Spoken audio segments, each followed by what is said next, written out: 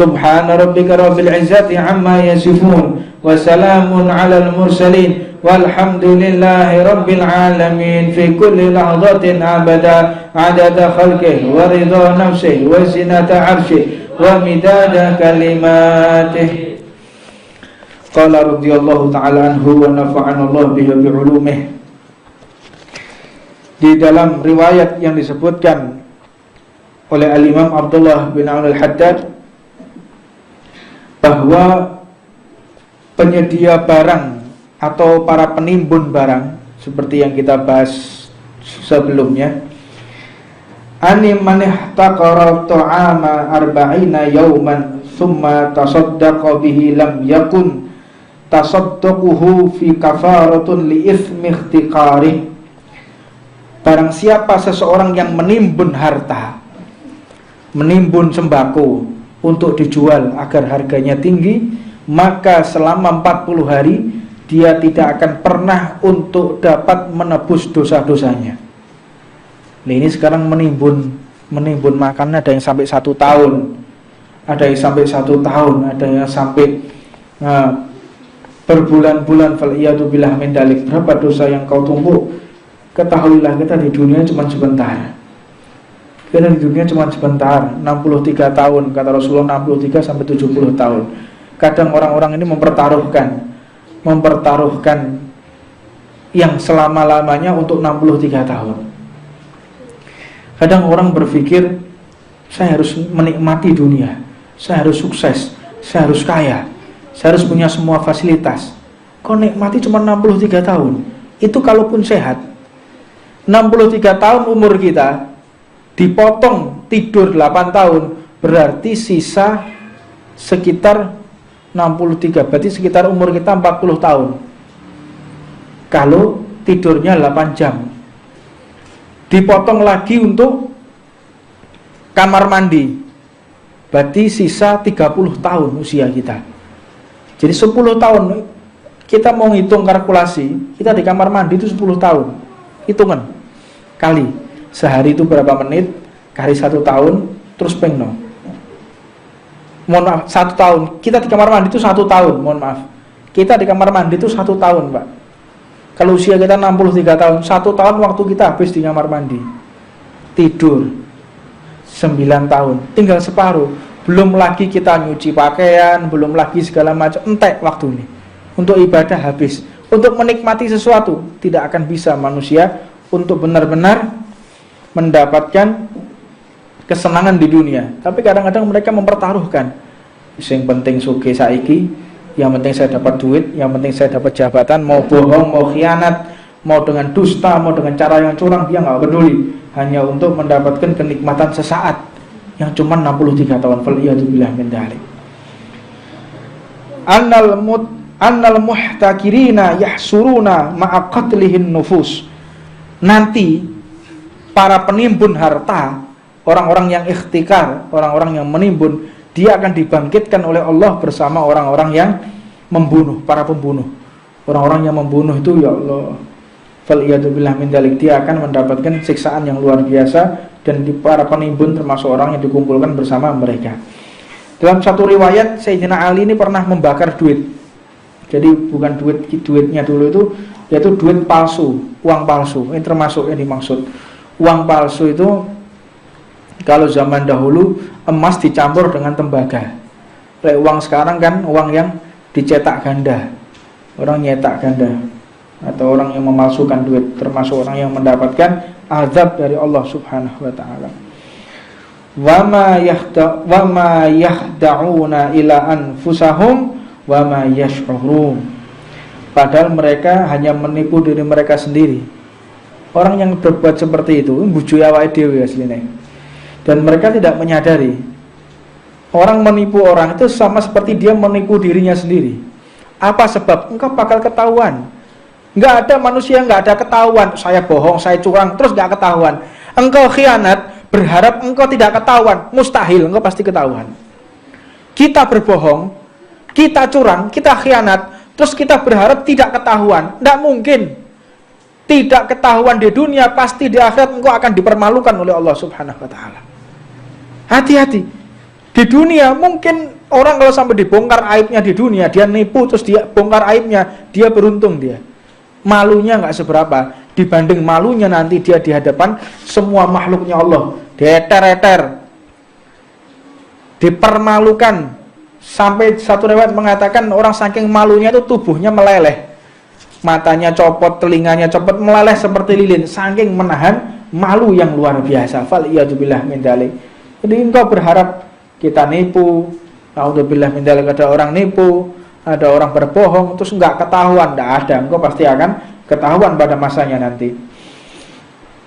Maka di dalam satu riwayat mengatakan termasuk orang yang akan dipermalukan oleh Allah yaitu orang yang jual beli melampaui batas. Apa itu? Yaitu riba. Dia jual beli melampaui batas. Atau riba ini dikatakan satu barang dia beli dengan dua harga. Lek cash sakmene, lek kredit sakmene, ini riba. Kreditnya berapa, Pak? Sampai mau sepeda motor. Saya mau beli sepeda motor. Oh ya. Berapa, Pak?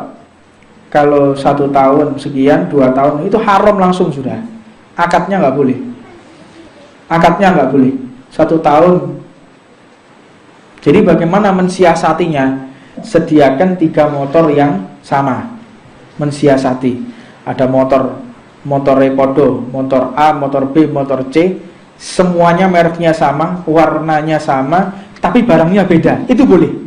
Tidak termasuk daripada riba. Yang ini 1 tahun kreditnya 300.000, yang ini 1 tahun, yang ini 5 tahun 300.000, yang ini 3 tahun kreditnya 400.000, yang ini 1 tahun kreditnya 500.000 dengan barang berbeda, itu masih boleh. Namanya hilah. Hilah itu siasat. Tapi ya wallahu a'lam tetap dosa mungkin. Tapi kalau kita ngomong fikih, ya ini nggak dosa ini, peraturan fikih ya. Tapi kita kembalikan lagi, apakah Allah bisa wa'akali? Pangeran wa'akali? Nggak bisa. Atau kita beli cash berapa, kalau kredit berapa, langsung haram. Nggak boleh, itu juga dikatakan riba. Satu jenis barang dia dengan 2 harga, itu juga dikatakan riba. Terus gimana kalau kredit motor? Sediakan 3 motor. Saya mau beli 3 motor ini untuk siasat. Makanya kadang-kadang angel bayar kreditan, yo muka riba sampean. Wangel kredit motor, sumpah mesti ono halangannya untuk kredit ya, bayar kreditan. Ya gara-gara itu, karena riba engkau dimusuhi oleh Allah Subhanahu wa taala dan keberkahan hartamu dicabut oleh Allah. Faliyadzubillah min dzalik. Orang yang melampaui batas ini riba ya. Riba ini perlu kita ketahui. Riba ini enggak harus dengan menambahkan duit.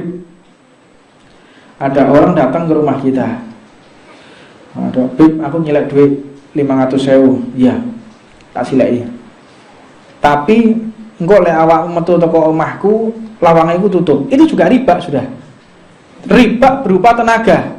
Jadi ada ziyadah, ada tambahannya.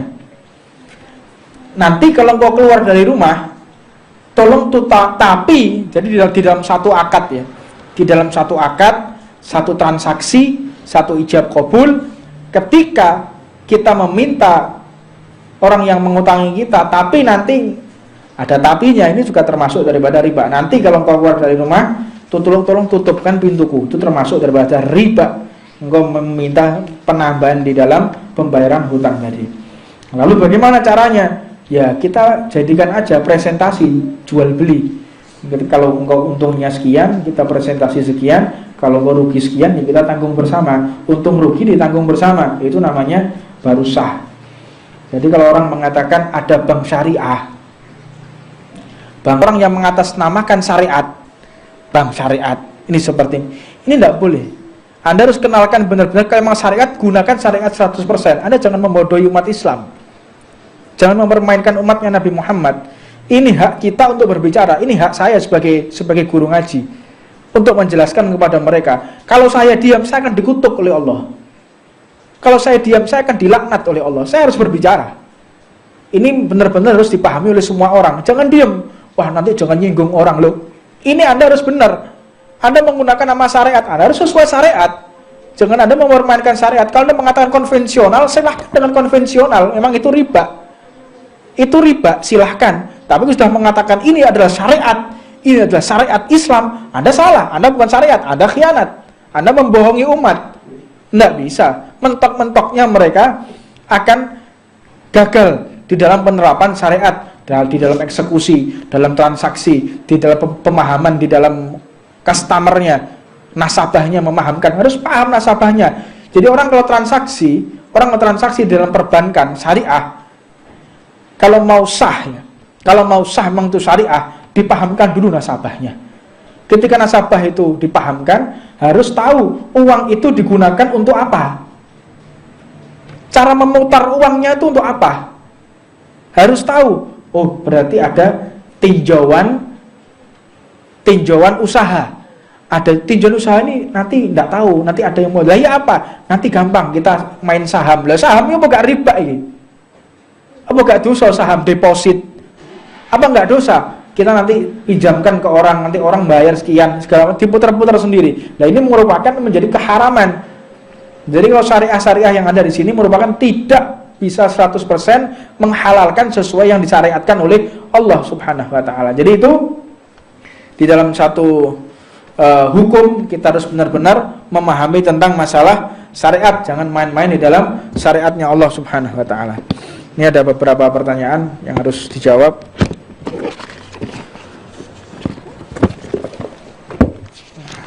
Yang pertama, pertanyaan B, lebih utama mana berangkat sholat berjamaah di masjid sama mengimami anak istri di rumah? Nah, jadi kita melihat di sini ada dua fadilah, ada keutamaan. Kalau memang anak istri kita butuh pendidikan, Anda lebih afdal di rumah. Butuh tarbiyah, butuh pendidikan. Kita pendidikan ini, ibadah ini, atau dakwah itu pertama kali ada di rumah. Jangan kita dakwah di luar sebelum kita dakwah di rumah. Kita mengajak anak istri sholat berjamaah, itu dakwah yang pertama. Ajari mereka wudhu yang benar, sholat yang benar. Percuma kita berangkat ke musola, kita berangkat ke masjid, tapi anak istri kita nggak sholat. Untuk apa? Mayanfa, nggak ada manfaatnya. Lebih afdal engkau di rumah mengajak anak istrimu untuk sholat. Ini zaman sekarang, bapaknya pengajian, anaknya dangdutan. Ini zaman sekarang ini. Bapaknya ikut pengajian, anaknya biliatan. Kadang anaknya di tempat-tempat maksiat, bapaknya baca zikir, tahajud, anaknya di tempat-tempat maksiat, di tempat-tempat karaokean, anaknya faliyadzubillah min dzalik. Ya, ini kalau kita mau jabarkan lebih afdal kita mengajak anak istri kita dan memantau anak istri kita. Orang tuanya tahajud, lebih afdal mana? Orang tuanya tahajud atau membiarkan anak istrinya keluar rumah malam-malam gak jelas kemana? Engkau akan dituntut oleh Allah Subhanahu wa ta'ala. Banyak orang tua itu masuk neraka sebab anaknya, dan banyak orang tua itu tertolong masuk ke dalam surga sebab anaknya. Apa yang dimaksud di sini? Nanti di akhirat kalian akan menyaksikan, kata Nabi Muhammad, orang tua yang digelandang oleh anaknya yang asalnya di surga masuk ke dalam neraka. Ketika anaknya masuk ke dalam neraka, orang tuanya ke surga, anaknya menuntut, ya Allah, aku minta keadilanmu. Semasa di dunia, aku nggak pernah diperhatikan oleh orang tuaku. Aku nggak pernah dididik oleh orang tuaku. Sholatku nggak pernah diperhatikan, auratku pun tidak pernah diperhatikan. Maka aku minta keadilanmu, ya Allah.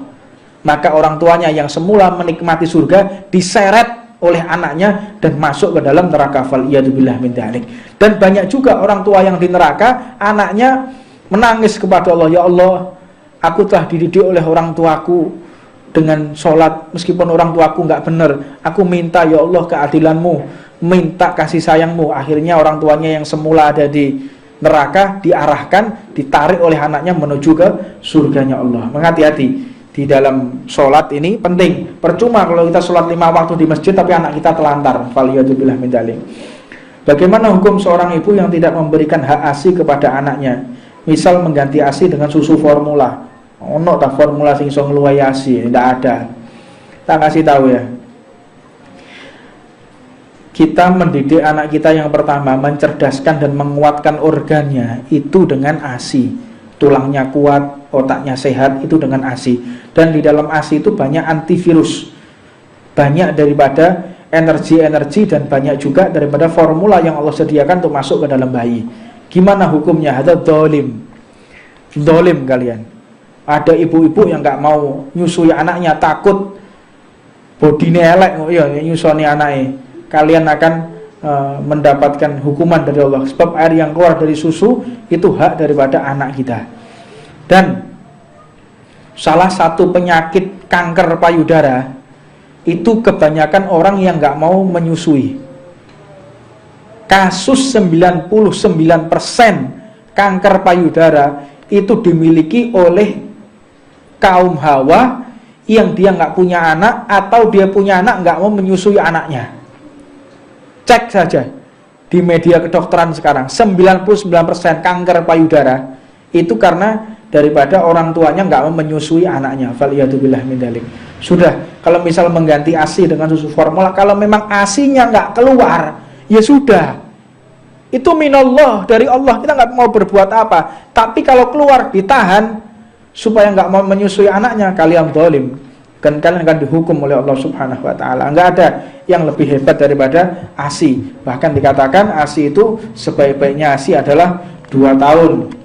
2 tahun itu yang paling sempurna.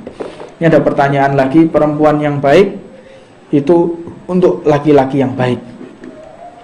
Begitu juga dengan sebaliknya. Namun pada realitanya ada seseorang yang soleh namun pasangannya jauh dari kata-kata yang soleh atau bejat. Apakah seorang tersebut salah dalam memilih pasangan ataukah cobaan? Jadi begini, ini seolah-olah ayatnya kok tidak pas ya. Laki-laki yang baik untuk perempuan yang baik. Tapi sekarang prakteknya orang tuanya, istrinya yang soleh, suaminya bejat. Apakah nggak salah di sini? Nah, saya akan jawab. Ini di pertemuan yang akan datang. Makanya teko. Ini jawabannya panjang. Insya Allah akan saya jawab di pertemuan yang akan datang. Insya Allah. Laki-laki yang bejat untuk perempuan yang bejat. Tapi ini kualik-kualik. Apa sebab? Nanti akan saya jawab. Ini biar di sini. Yang lainnya kita singkirkan. Tak jawab kok. Panjang ini. Jawabannya di sekitar 15 menit. Ada tafsir Qurannya dan ada realita. Dan saya sudah membuat riset ini. Sudah saya buat riset panjang sekali. Dan akan saya buktikan. Dan ada orang-orangnya yang mau disebutkan namanya. Ini buktinya bahwa syariat itu tidak salah. Yang salah adalah diri kita sendiri. Wallahu a'lam. Rabbana atina fid dunya hasanah wa fil akhirati hasanah wa qina adzabannar. Wa 'allamna ma syakhana wa ila hadratin nabiyyi Muhammad. Fatihah. Ini kotaknya biar sih.